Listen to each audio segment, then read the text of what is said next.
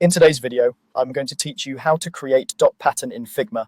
We'll keep it simple and clear so you can follow along whether you're using the desktop app or the browser. By the end, you'll have a clean, reusable dot pattern that you can drop into headers, banners, or backgrounds. Start by heading to Figma and opening your workspace. From there, navigate to all projects so you can see everything you've been working on. Choose the project where you want to build this pattern and open it. If you're starting fresh, that's great too. This works in any file. Next, add a frame. Frames are Figma's artboards, and they help you contain and organize what you design. Select the frame tool or press F on your keyboard and either choose a preset size or click and drag to set your own.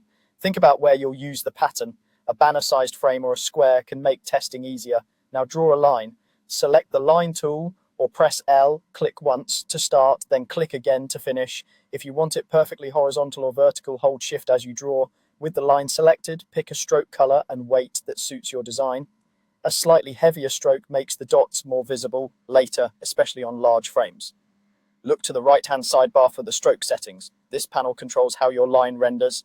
Make sure the line is selected so the stroke section is visible. Here you'll see options for stroke weight, color, and style. Change the style to dashed. This turns your solid line into evenly separated marks. If your interface shows dash and gap inputs, small dash values with larger gaps will space the marks cleanly. To push it toward a dot look, increase the stroke weight and, if available in your version, try round end caps so each dash reads more like a dot. Tiny tweaks here go a long way. Adjust the weight for the dot size and the dash or gap spacing for the density of the pattern.